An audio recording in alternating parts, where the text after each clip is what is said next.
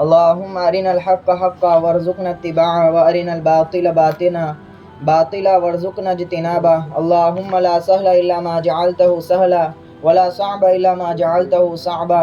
اللهم سهل لي هذا الأمر.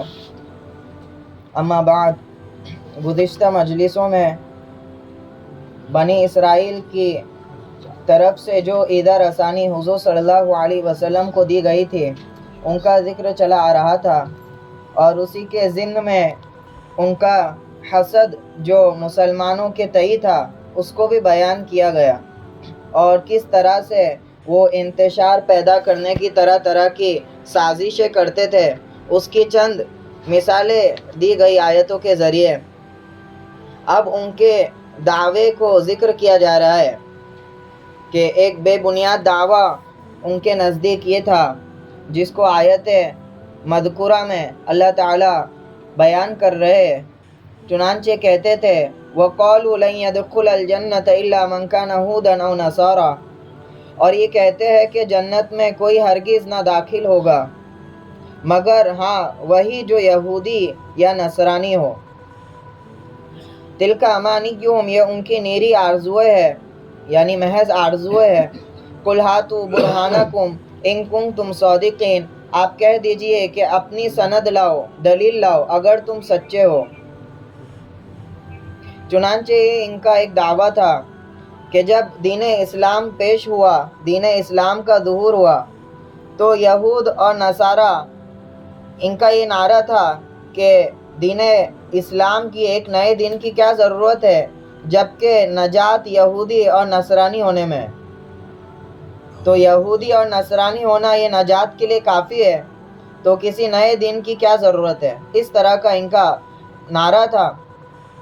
اللہ تعالیٰ نے اس کی تردید فرمائی تِلْكَ أَمَانِيُّهُمْ، یہ ان کی محض آرزوئے ہے، یعنی بے سند باتیں ہے، بس تمنا ہے جن کی کوئی اصل نہیں ہے۔ یعنی ان لوگوں نے جو ہٹ درمی کی اور جو خطا کی وہ اس چیز میں کی کہ نجات کو کسی خاص گروہ میں شامل ہونے کے ساتھ مختص کر دیا، خاص کر دیا کہ اگر آپ یہودی ہو تو یہی آپ کی نجات کے لیے کافی ہے، جس کو مولانا اشرف علی تھانوی رحمۃ اللہ علیہ نے مختصر انداز میں فرمایا کہ فلاح اکساب سے ہے، انصاب سے نہیں۔ فلاح یعنی کامیابی یہ اکساب سے ہے، محنت کرنے میں، آدمی کا عمل اور ایمان میں ترقی کرنے میں ہے، نہ کہ انصاب سے ہے۔ انصاب یعنی نسل سے نہیں ہے کہ آپ کسی خاص نسل سے تعلق رکھتے ہو یا خاص جماعت سے تعلق رکھتے ہو تو وہ تعلق آپ کی نجات میں کوئی کام آئے گا یا قیامت کے دن آپ کی شرافت میں اس کا کوئی دخل ہوگا۔ فرمایا کہ ایسی حقیقت یہ نہیں ہے، فرمایا کہ اصل جو فلاح ہے وہ اکساب سے ہے، آدمی کی محنت اور کوشش سے ہے، ایمان اور اعمال سے ہے۔ تو ان لوگوں میں جیسے جیسے مذہب سے دوری پیدا ہوئی اور طرح طرح کے خرافات انہوں نے پیدا کیے تو ایک دوسری خامی یہ ان کے اندر داخل ہو گئی کہ محض یہود ہونا اور محض نصرانی ہونا اس کو یہ نجات کے لیے کافی سمجھ لیتے تھے، اب عمل کرو یا نہ کرو اس سے کوئی سروکار نہیں ہے۔ چنانچہ انجیل میں ابھی تک اس طرح کے جو ہے ٹکڑے ملتے ہیں کہ نجات تو وہ مسیح علیہ السلام کو ماننے میں ہے، شریعت کے عمل کرنے یا نہ کرنے میں اس کا کوئی تعلق نہیں ہے۔ اگر شریعت کے عمل کرنے یا نہ کرنے کا تعلق ہوتا تو مسیح علیہ السلام کا قربان ہونا یعنی ان کا اپنے آپ کو قربان کرنا یہ بیکار ہو جائے گا کہ انہوں نے جو اپنے آپ کو پیش کی قربانی دی، یعنی تمام لوگوں کے گناہوں کے کفارے کے طور پر خود کو کیا کر دیا، پیش کیا، تو اب بس ان کو مان لینا تمہاری نجات کے لیے کیا ہے، کافی ہے۔ اگر شریعت کے اعمال سے نجات ملے گی تب تو ان کی قربانی کیا ہو گئی، بیکار ہو گئی۔ اس طرح کے تصور ان کے جو ہے عقیدوں میں بیٹھ چکے تھے۔ اسی طرح یہود کی تو تاریخ بھری پڑی ہے اور پوری آیتیں یہاں پہ شاہد تھی ابھی تک کہ محض یہودی ہونے کو وہ جو ہے نجات کا جو ہے ذریعہ بنا چکے تھے۔ اللہ تعالیٰ فرماتے یہ ساری تمہاری آرزویں ہے اور آرزو سے بڑھ کر اور کسی جگہ یہ کام نہیں آنے والی۔ قُلْ ہَاتُوا بُرْہَانَکُمْ، اچھا ٹھیک ہے اگر یہ بات ہے تو اپنی دلیل لے آؤ، اپنی سند لے آؤ کہ محض یہودیت اور نصرانیت ہی تمہیں نجات دلائے گی، اس کی کوئی دلیل دو، ان کنتم صادقین، اگر تم سچے ہو۔ چنانچہ دلائل کی روشنی میں اللہ تعالیٰ ان سے مطالبہ کر رہے ہیں کہ کوئی دلیل لاؤ جو اس بات کو ثابت کرے۔ چنانچہ امام راضی رحمۃ اللہ علیہ جو لاء کے اسٹوڈنٹ ہیں ان کے لیے ایک لاء یہاں سے نکالتے ہیں کہ آدمی کسی بھی چیز کا دعویٰ کرے، خواہ وہ نفی میں ہو یا اس بات میں ہو، تو بینہ جو ہے، دلیل جو ہے پیش کرنا کس کے اوپر لازم ہوتا ہے؟ مدعی کے اوپر لازم ہوتا ہے، جس کو عربی میں بولتے ہیں، آپ صلی اللہ علیہ وسلم نے فرمایا البینۃ للمدعی والیمین علی من انکر، کہ مدعی کے ذمہ ہے کہ وہ کیا پیش کرے؟ بینہ پیش کرے۔ آپ کسی چیز کا دعویٰ کر رہے ہو تو آپ کے اوپر لازم ہے کہ اس کی دلیل بھی کیا کرو؟ پیش کرو، چاہے وہ نفی میں دعویٰ ہو یا اس بات میں دعویٰ ہو۔ تو اسی اصول کو اللہ تعالیٰ جو ہے یہاں پر پیش کر رہے ہیں کہ کوئی دلیل پیش کرو مستند اور معتبر۔ بلا کیوں، ہرگز نہیں کہ تمہارا جو گمان ہے کہ صرف یہود اور نصارہ داخل ہوگے، ایسا نہیں ہے، بلکہ داخل ہوں گے۔ میں تمہیں ایک قاعدہ بتلاتا ہوں جو تمام آسمانی کتب میں متفق قاعدہ ہے، من اسلم وجہہ للہ، جو کوئی بھی اپنی ذات کو اللہ کے آگے جھکائے، من اسلم وجہہ للہ وہو محسن، اور وہ مخلص بھی ہو، تو ایسے کے لیے اس کے پروردگار کے پاس اس کا اجر ہے، فَلَهُ أَجْرُهُ عِنْدَ رَبِّهِ وَلَا خَوْفٌ عَلَيْهِمْ وَلَا هُمْ يَحْزَنُونَ، اور ایسوں پر نہ کوئی اندیشہ ہے اور نہ وہ مغموم ہو گئے۔ ایک اجماعی اور ایک یونیورسل قاعدہ اللہ تعالیٰ نے یہاں پر ارشاد کر دیا کہ نجات کا جو واحد جو طریقہ ہے وہ یہی ہے، من اسلم وجہہ للہ۔ اسلم کہتے ہیں اسلام سے اپنے آپ کو سپرد کر دینا، حوالے کر دینا۔ وجہہ، وجہ کا مطلب آتا ہے عربی میں چہرے کے، لیکن یہاں پہ چہرہ مراد نہیں ہے، وجہہ سے مراد ہوتا ہے آدمی کی پوری ذات، کہ پوری ذات کو کیا کر دے، وہ اللہ کے پابند کر دے، سپرد کر دے للہ۔ پوری ذات تو آدمی نہیں جھکاتا ہے، صرف چند جو ہے اعمال کرتے سمے کبھی سر جھکا رہا ہے، کبھی اس کی خواہشات کو کرو، تو یہاں پہ مکمل طور پہ اللہ کے حوالے کر دینا، اس سے مراد یہ مراد ہے، یہ جو مکمل طور پر اللہ کے حوالے کر دے خود کو، اور یہ حوالے کرنا ظاہری طور پر بھی ہو اور باطنی طور پر بھی ہو، کہ منافقت نہ ہو، صرف کہ کسی دنیاوی غرض کی وجہ سے اپنے آپ کو کیا کر رہا ہے، اعمال کا پابند کر رہا ہے، وَهُوَ مُحْسِن، یہ پابندی بھی ہو اور اس کے ساتھ ساتھ وہ کیا ہو، محسن ہو، اخلاص والا ہو، یعنی ظاہری اعتبار سے بھی اپنے آپ کو اللہ کے تابع داری میں جو ہے سپرد کیا گیا ہو، اور باطنی اعتبار سے بھی اللہ ہی کو کیا مانتا ہو، اپنا آقا، اپنا خالق مانتا ہو۔ تو پورا ایمان اور اعمال یہ دو جملوں میں جو ہے سمیٹ لیا گیا ہے، فَلَهُ أَجْرُهُ عِنْدَ رَبِّهِ، تو ایسوں کے لیے جو ہے اس کے پروردگار کے پاس جو ہے اجر ہے، اور ایسے لوگ ہیں کہ جن پر نہ کوئی خوف ہوگا نہ وہ غمزدہ ہو گئے۔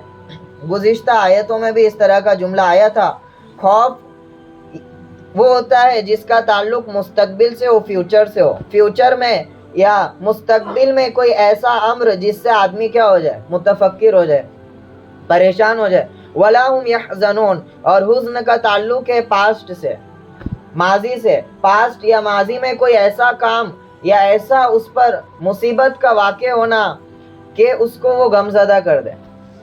تو ایسے لوگ جو ہوگے نہ ان پر مستقبل کے اعتبار سے کوئی خوف والی چیز طاری ہوگی، یعنی اللہ ان پر ظلم نہیں کرے گے، ان کے کیے ہوئے اعمال کا پورا پورا بدلہ دیا جائے۔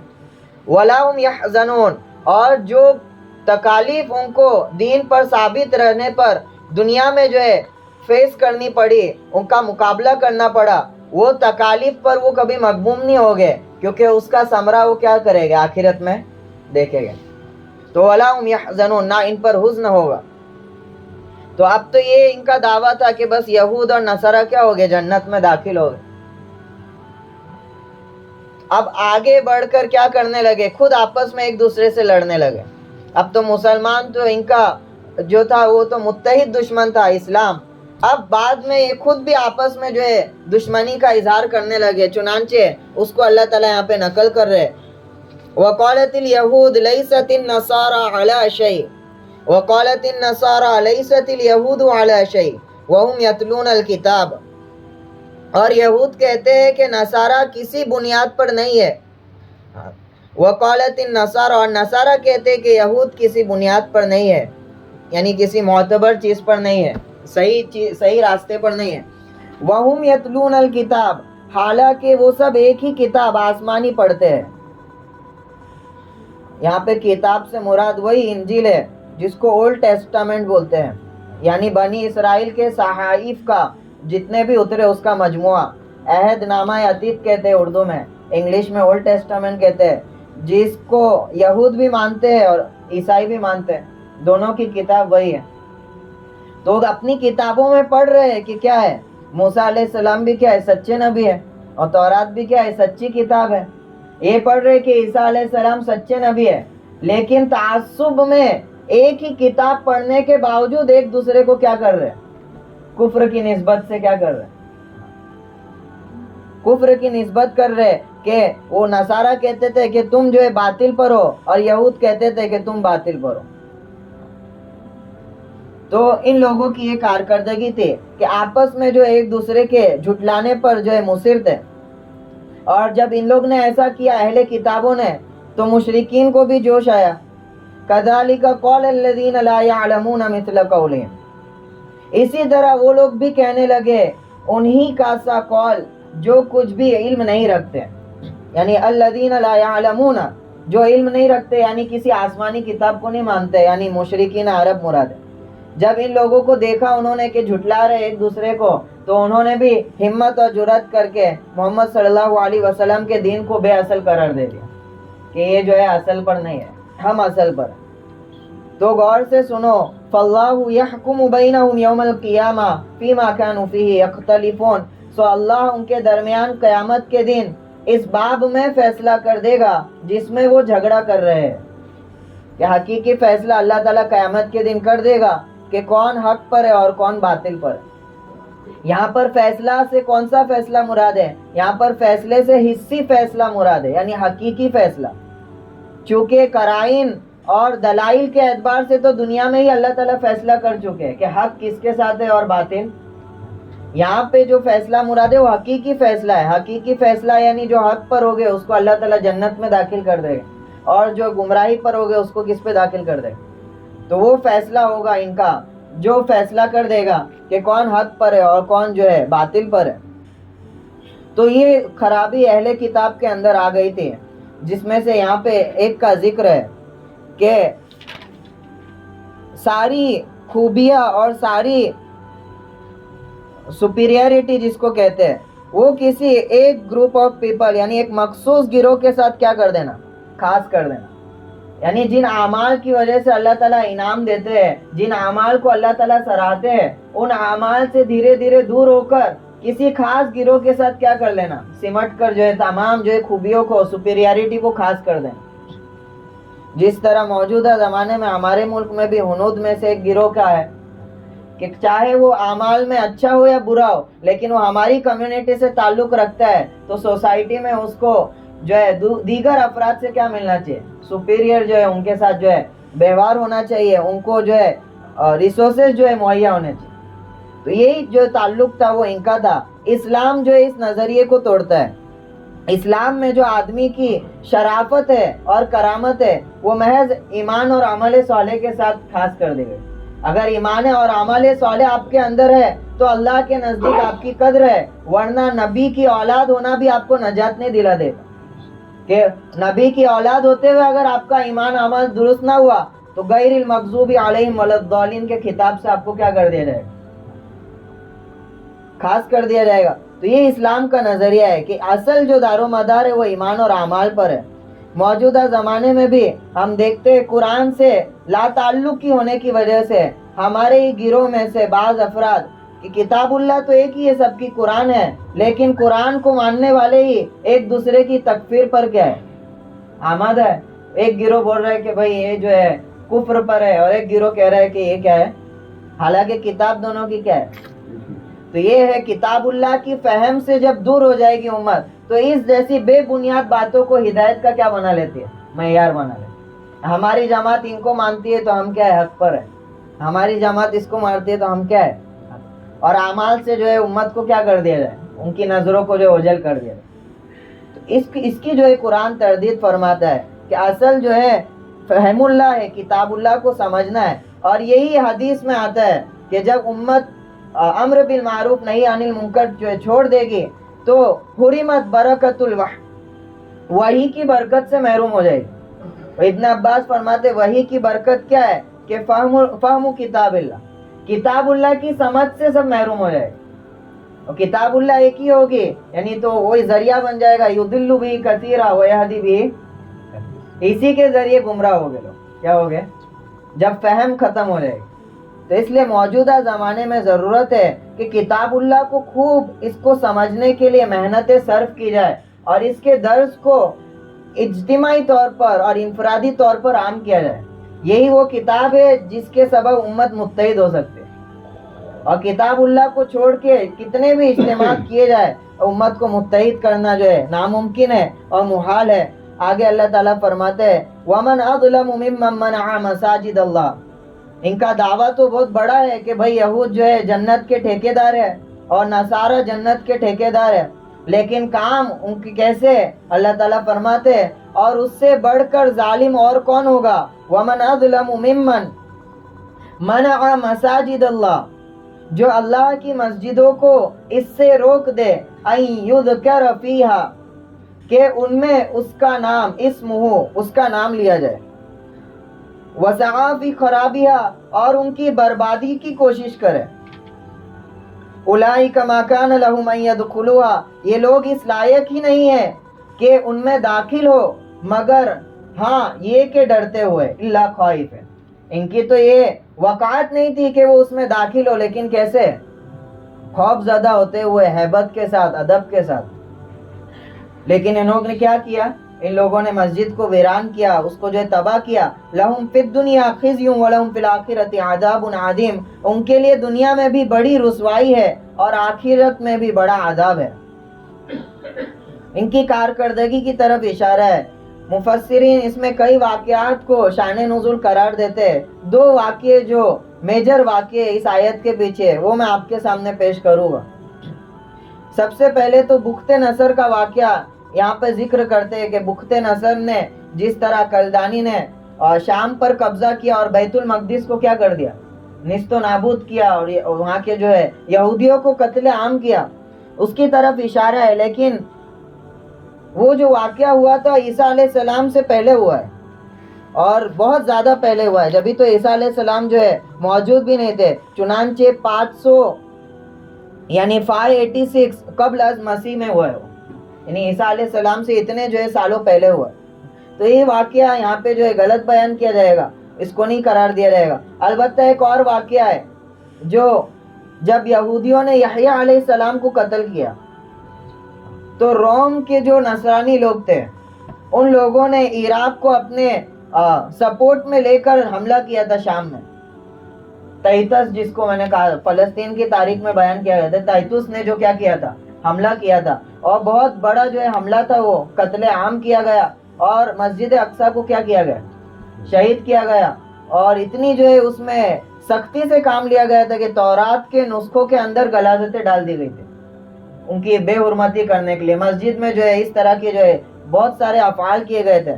اس کی طرف اشارہ ہے کہ یہ لوگ تو جنت کا جو ہے ٹھیکیداری لے کے بیٹھے اور کام ایسا ہے کہ مسجدوں کو کیا کر رہے, ویران کیا ان لوگوں نے. اس سے بڑا ظلم کیا ہوگا. اور دوسرا واقعہ قریب تر کا ہے, وہ صلح حدیبیہ کا ہے, یعنی مشرکین مکہ سے خطاب ہے. آپ صلی اللہ علیہ وسلم مدینہ سے مکہ کی طرف روانہ ہو رہے عمرے کے ارادے سے, لیکن مشرکین مکہ نے کیا کیا, روک دیا. تو صلح حدیبیہ کا جو واقعہ تھا کہ آپ صلی اللہ علیہ وسلم کو کعبے میں جانے سے روک دیا گیا, تو ان لوگوں نے ویران کیا, مسجد میں روکا کہ اس میں ذکر کیا جائے. وَسَعَىٰ فِي خَرَابِهَا, اور اس کی ویرانی میں کوشش کی, مسجد کی ویرانی میں کوشش کی. ویرانی سے مراد ایک تو حقیقی ویرانی ہے, مسجد کو توڑ دیا جائے, اس کو تہس نہس کر دیا جائے. دوسری ویرانی یہ ہے کہ جس مقصد کے لیے مسجد کو بنایا جاتا ہے اس مقصد کو فوت کر دیا جائے, ختم کر دیا جائے.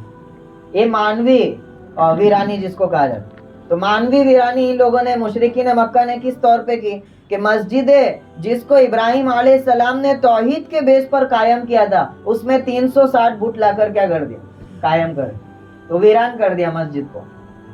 تو اللہ تعالیٰ اسی کی طرف اشارہ فرما رہے کہ اس سے زیادہ ظلم کی بات کیا ہوگی کہ مسجد میں ذکر کرنے سے روک دیا جائے, اللہ کے ذکر سے روک دیا جائے اور اس کی ویرانی میں سعی کی جائے, کوشش کی جائے. یہ آیت عموم پہ محمول ہے, تو مسجد اقصی بھی اس میں شامل ہو گئی اور مسجد جو ہے بیت اللہ الحرم وہ بھی شامل ہو گیا, اللہ کا گھر بھی شامل ہو گیا.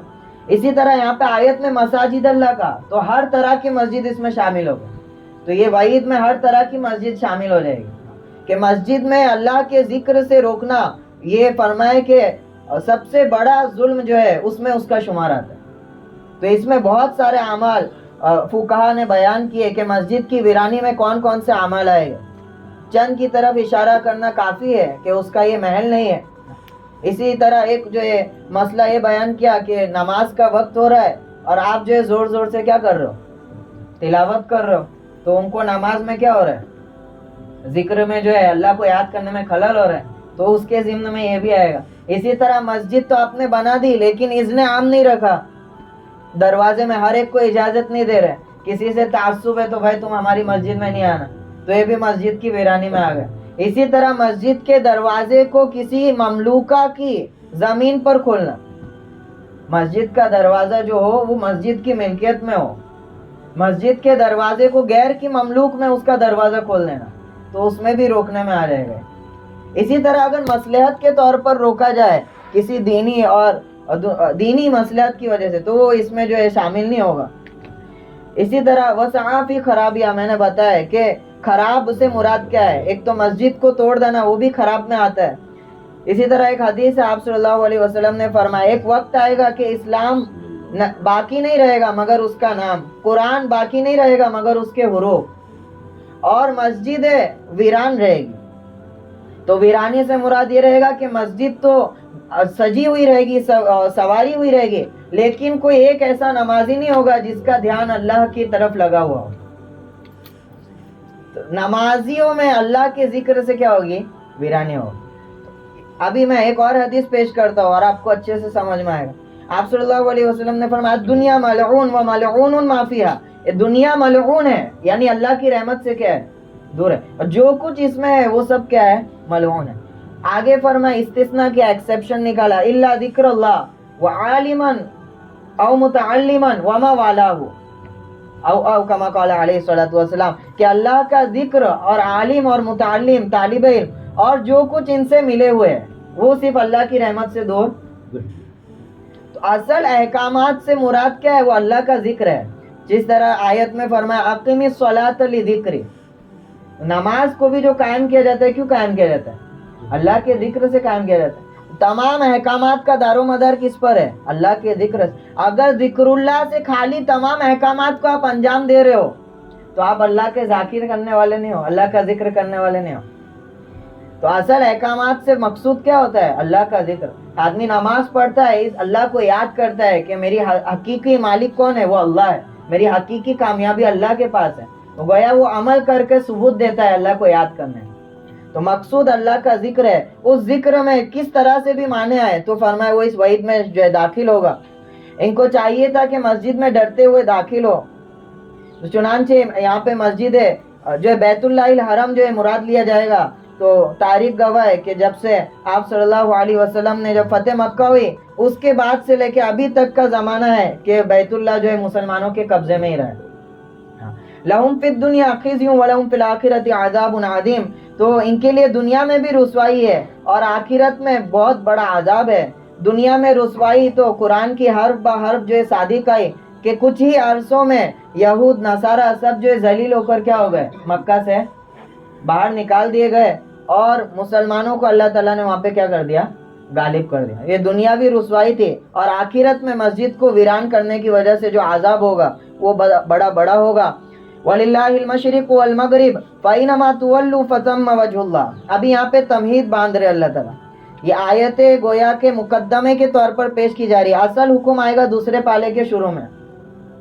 تحویل قبلہ کا جو مسئلہ ہے, قبلہ کو جو چینج کیا جا رہا ہے بیت المقدس سے بیت اللہ کی طرف, تو اس کو پیش کرنے کے لیے مقدمہ باندھا جا رہا ہے کہ جب اس کو بدلا جا رہا تھا تو یہود اشکال کرنے لگے, بھائی بدلنے کی کیا وجہ ہو گئی. اسی طرح جو ماں ننسک والی آیت میں نے تقریر کی تھی, وہاں پہ بھی اشکال کرنے لگے کہ بدلے کیوں, نسخ کیوں کیا. تو وہاں پہ تمام جوابات میں دے چکا تھا کہ نسخ کیوں کرا جاتا ہے, کیا کیا جاتا ہے, اور اللہ تعالیٰ نسخ کرتے تو اس کا کیا مطلب ہوتا. تو اس طرح کے اشکالات یہ کر رہے تھے. تو اللہ تعالیٰ نے یہاں پہ جو جواب دیا, وَلِلَّهِ الْمَشْرِقُ وَالْمَغْرِبُ, اور اللہ ہی کا ہے مشرق اور مغرب, اللہ ہی کے لیے مشرق اور مغرب. یعنی مشرق کی سمت بھی اور مغرب کی سمت بھی کس کی ہے؟ اللہ ہی کے لیے ہے. یہاں پہ اللہ تعالیٰ فرما رہے مشرق اور مغرب اللہ کا ہے, یعنی اللہ ہی کے لیے مشرق اور مغرب. اللہ مشرق اور مغرب میں ایسا نہیں ہے, اللہ کے لیے مشرق بھی ہے اور مغرب بھی, کیونکہ اللہ تو ذات و مکان سے پاک ہے. ان آیتوں میں گویا کہ ایک عقیدے کی تردید بہت مضبوط طریقے سے ہوئی ہے, توحید کو قائم کیا گیا ہے.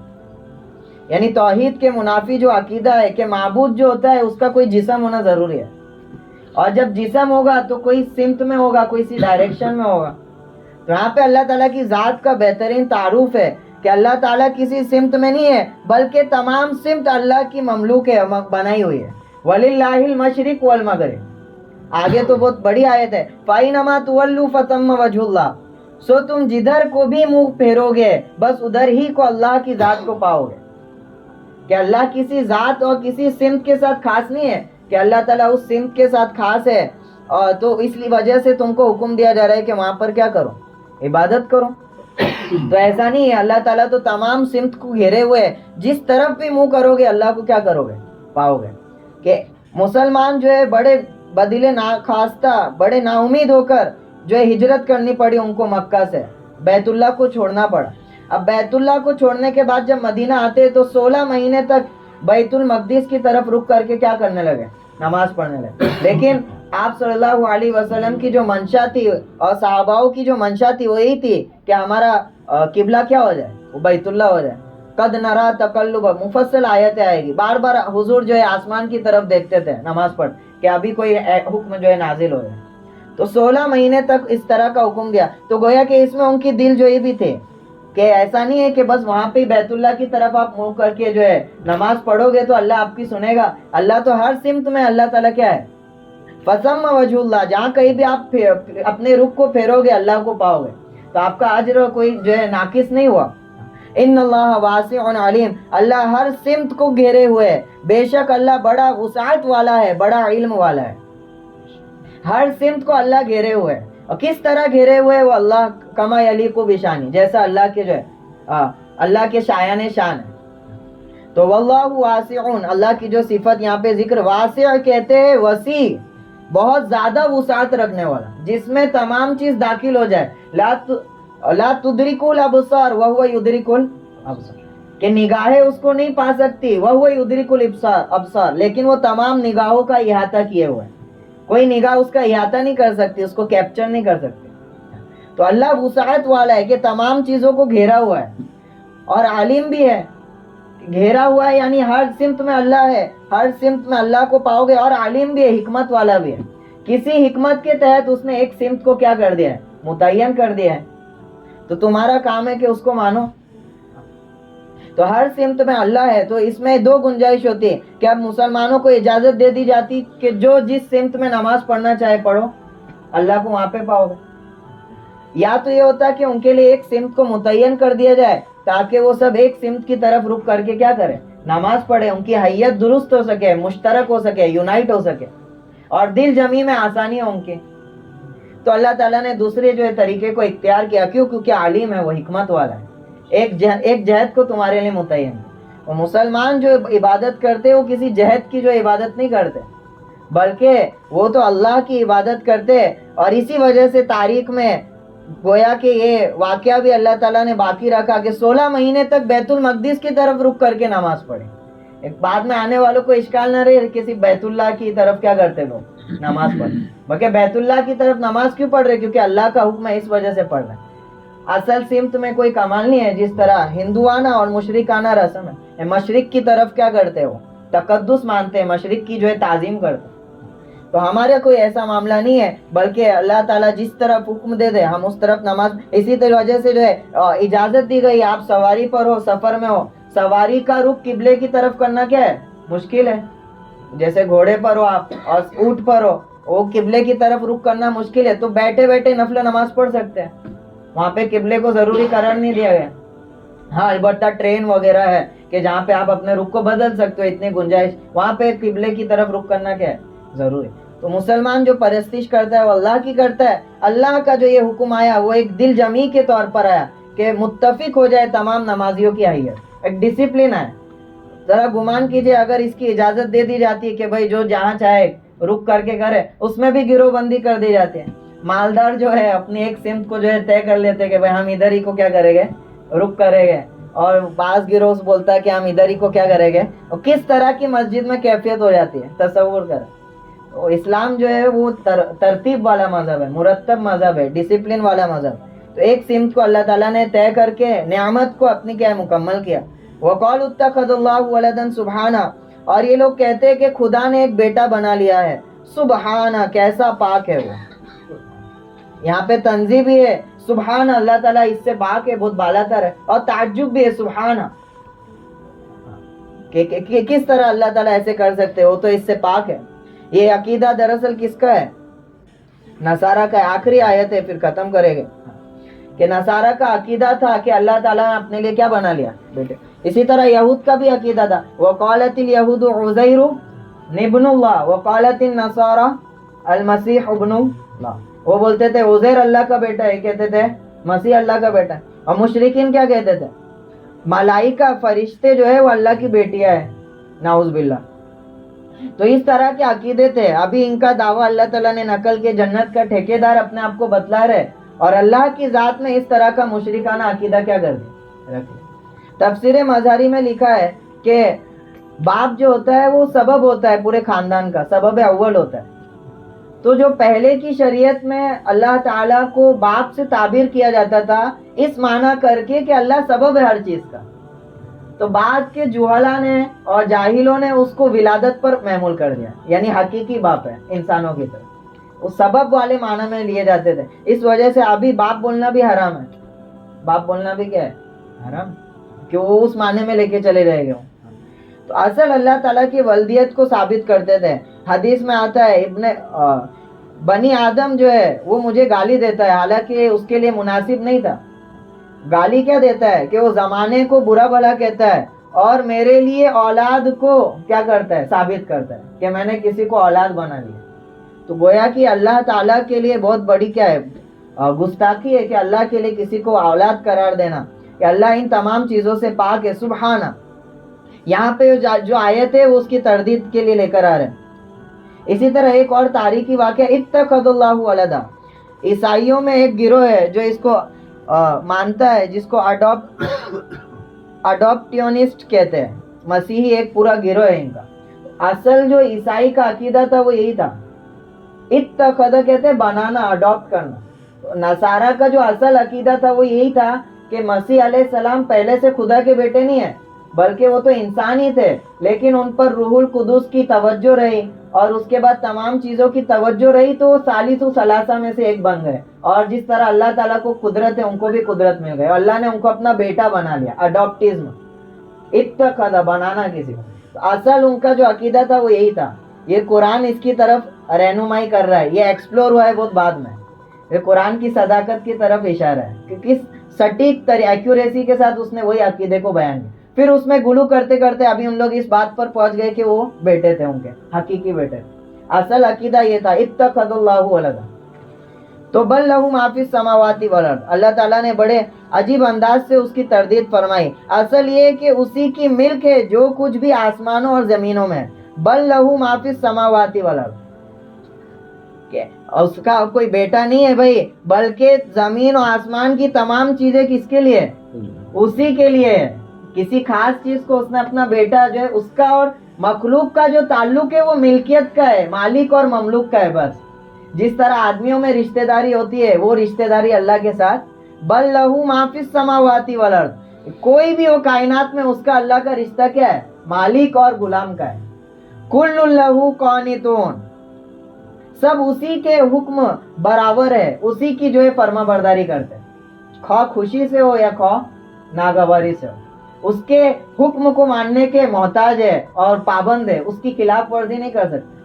جو فزیکل لاز ہے, جو کائنات کو چلانے کے لیے جو لاز ہے اللہ تعالیٰ کے, سارے چیزیں اس کی کیا ہے, پابند ہے, اس کی کوئی خلاف ورزی تو اسی کی طرف ہی. کل اللہ قانتون, میرا اور ان کا جو تعلق ہے مالک اور مملوک کا ہے, اور ہر چیز میری فرما بردار ہے, میرے قبضے قدرت کے پابند ہے, میرے بنائے ہوئے نظام کی کیا ہے, پابند ہے, اس کو توڑ نہیں سکتے, اس کی طرف اشارہ. بدیع السماوات والارض, اور اس کے بنانے کی کیفیت کیا یہاں پہ ذکر کیا. بدیع کہتے ہیں اختراع کو, انگلش میں اس کا کرے گا انوینشن. بدیع کہتے ہیں کسی چیز کو بنانا بغیر کسی سیمپل کے اور بغیر کسی مٹیریل کے. اور خلق کا جو لفظ ہے وہ عام ہے, خلق الانسان من طین, انسان کو مٹی سے بنا ہے, تو وہاں پہ بدعت لفظ نہیں آئے گا. بدیع کہتے بغیر کسی نمونے کے, بغیر کسی مٹیریل کے اور ان چیزوں کے مادوں کے جو لگتے ہیں ضروری پڑتے, بغیر اس کے کسی چیز کو بنا دے رہا. تو وہ صفت اللہ تعالیٰ کی یہاں پہ ذکر کی کہ بدیع السماوات والارض, وہ موجود ہے آسمان اور زمین کا, یعنی اس سے پہلے کوئی ایسا سیمپل نہیں تھا, نہ کسی مادوں کی اس کو ضرورت پڑی. یہ بھی ایک مشرکانہ عقیدہ کی تردید ہے. ایک گروہ ہے اس کا عقیدہ یہ ہے کہ اللہ تعالیٰ تو پہلے سے جو ایٹمز وغیرہ تھے, میٹر پہلے سے تھے, اللہ تعالیٰ نے بس ترتیب دیا ان کو, کیا کیا ہے. تو پھر میٹر سے پہلے کیا تھا, میٹر کے وجود کا سبب کیا تھا. اگر سبب نہیں مانتے ہو تو بغیر موجود کے وہ موجود کا پایا جانا لازم آئے گا, جو باطل ہے. تو ان کی تردید ہے, بلکہ اللہ نے تمام کو جو ہے اپنے قبضے قدرت سے کیا دیا, از-سر-نو بنایا ہے, بدیع السماوات والارض. اور اس کو پیدا کرنے کے لیے ولادت وغیرہ کی ضرورت کیوں پڑے. وَإِذَا قَضَى, جبکہ معاملہ یہ ہے, اور جب کسی کام کا کرنا ٹھہرا لیتا ہے, وَإِذَا قَضَى أَمْرًا, جب اسے کسی کام کا کرنے کا ارادہ ہو جاتا ہے, فَإِنَّمَا يَقُولُ لَهُ كُن فَيَكُن, ارے اس کا ارادہ ہوتا ہے, کن کہتا ہے, فیکن وہ ہو جاتی ہے. تو کہاں وہ ولادت وغیرہ کی جو ہے نچلی ترین درجے کو جو اختیار کرے. اس کی تو یہ ذات ہے کہ وہ بس ارادہ کر لیتا ہے, کن کہتا ہے, وہ چیز کیا ہو جاتی ہے, وہ ولادت وغیرہ کا محتاج رہے گا. تو اس کی تردید کی ہے. اس کے آگے جو ہے مشرکوں کا جو ایک عقیدہ تھا اس کو جو ہے بیان کیا ہے, انشاءاللہ اگلی مجلس میں لے گئے. اللہ تعالی ہم سب کو آیتوں سے توحید پر قائم رہنے کی توفیق نصیب فرمائے. جو کچھ کہا گیا ہے, سنا گیا ہے, اس کے خیر کا ہم سب کو عطا فرمائے, اس کے شر سے ہماری حفاظت فرمائے. گزشتہ مجلس میں جو سوالات دیے گئے تھے اس کے چند جوابات آئے. البتہ اگلا سوال ہم ابھی پیش نہیں کرتے, چند دنوں کے بعد وہ گروپ میں پیش کیا جائے گا. جب تک کچھ افراد باقی ہیں ان کے بھی جوابات آ جائے. آپ حضرات سے گزارش ہے بڑھ چڑھ کر اس میں حصہ لیں. اس سے ہمارا جو ہے خود جو ہے قرآن کو سمجھنے کا ایک خود ہمارا تعلق قرآن سے جو ہے قائم ہونا شروع ہوگا. صرف ہم بیان سننے تک نہیں رہے گا, تو اس میں بڑھ چڑھ کر حصہ لیں. اللہ تعالیٰ ہم سب کو توفیق عطا فرمائے. آمین. اللہم صلی علی محمد صلی اللہ علیہ وسلم. جزا اللہ عنا محمد ما هو آلہ صلی اللہ علیہ وسلم. لا الہ الا انت سبحانک انا کنا من الظالمین. لا الہ الا اللہ واللہ اکبر. لا الہ الا اللہ وحدہ لا شریک لہ, لہ الملک و لہ الحمد وهو علی کل شیء قدیر. یا اللہ ہمارے گناہوں کو معاف فرما, یا اللہ ہمارے گناہوں کو معاف فرما, یا اللہ ہمارا تزکیہ فرما, یا اللہ ہمارے دل کو پاک صاف فرما, یا اللہ غیر اللہ سے پاک صاف فرما, یا اللہ شرک سے پاک صاف فرما, یا اللہ نفاق سے پاک صاف فرما. یا اللہ تیرے نبی نے فرمایا من ترک الصلاۃ متعمدا فقد کفر. یا اللہ جو جان بوجھ کر نماز چھوڑ دے, یا اللہ وہ کفر کرنے والا ہے. یا اللہ ہم خواہ 1000 بار کلمہ پڑھ لے, یا اللہ اگر نماز کے پابند نہ رہے تو اللہ تیرے نبی نے کفر میں ہمارا شمار فرمایا ہے. یا اللہ جو کبھی نماز پڑھتے کبھی چھوڑ دیتے ہیں, یا اللہ تیری کتاب اس کو منافق قرار دیتی ہے. یا اللہ تیرے تمام احکامات پر ہم سب کو جما دے. یا اللہ مسلمان بن کر ہم سب کو جما دے. یا اللہ تعالیٰ ایمان والوں میں ہمارا شمار فرما. ہم سب اپنے آپ کو ایمان والا سمجھتے ہیں. یا اللہ تو جانتا ہے کون ایمان والا ہے, کون کافر ہے, کون منافق ہے. یا اللہ ہم بہت کمزور ہے, ہمارا ایمان کمزور ہے. یا اللہ ایمان والا بنا کر ہم سب کو موت عطا فرما. یا اللہ ایمان والا بنا کر ہم سب کو موت عطا فرما. یا اللہ آنے والی نسلیں بہت زیادہ نازک موڑ پر ہے. یا اللہ بڑے فتنے والے زمانے سے گزر رہی ہے. ہے، یا اللہ ان کے ایمان کی کوئی ضمانت نہیں ہے، یا اللہ ان کے ایمان کی کوئی ضمانت نہیں ہے۔ مسلمانوں کو پھر سے شان و شوکت عطا فرما، یا اللہ ان کو عزت نصیب فرما، یا اللہ دین اسلام کے ذریعے ان کو عزت نصیب فرما، یا اللہ باطل کو کفر کے سبب یا اللہ ذلیل و خوار فرما، یا اللہ طرح طرح کے ظلم و تشدد سے یا اللہ امت دوچار ہے، یا اللہ بچوں کو قتل کیا جا رہا ہے، یا اللہ ہماری ماں بہنوں کی عزت کو پامال کیا جا رہا ہے، یا اللہ ہم سب کے یا اللہ سروں میں جو تک نہیں رینگتی، یا اللہ ایسے دلوں سے یا اللہ ہماری حفاظت فرما، یا اللہ ایسے مردہ دلوں سے ہماری حفاظت فرما، یا اللہ ہم سب میں ہمدردی پیدا فرما، یا اللہ اخوت پیدا فرما، یا اللہ تیرے نبی کی کیا محبت تھی، فرماتے تھے میرے کسی امتی کو کانٹا چبھے مجھے گوارا نہیں ہے، یا اللہ ہم سب مر چکے ہیں، یا اللہ ہمارے بھائیوں کو قتل کیا جا رہا ہے، پوری دنیا تماشا دیکھ رہی ہے، یا اللہ ہم پر کوئی اثر نہیں، یا اللہ ایسے مردہ دلوں کے ساتھ ہم کو موت نہ عطا فرما، یا اللہ زندہ دل لے کر تیرے سامنے پیش ہونے کی توفیق نصیب فرما، ظلم کے خلاف جتنی ہمارے ہو سکے ہمارے اندر قدرت ہے اس کو استعمال کرنے کی ہم کو توفیق نصیب فرما، یا اللہ ظلم کو ختم کرنے کا ہم سب کو ذریعہ بنا، یا اللہ حق کو غالب کرنے کا ہم کو ذریعہ بنا، یا اللہ جو کوئی بیمار ہے ان کی شفا یابی کے فیصلے فرما، یا اللہ جو پریشان حال ہے ان کی پریشانیوں کو دور فرما، جو کوئی حاجات ہے تو بہتر جانتا ہے، ہم سب کی حاجات پوری فرما، ہماری دعاؤں کو اپنے حبیب کے صدقے طفیل قبول فرما، آمین آمین یا رب العالمین۔ سبحان ربک رب العزت عما یصفون وسلام علی المرسلین والحمد للہ رب العالمین۔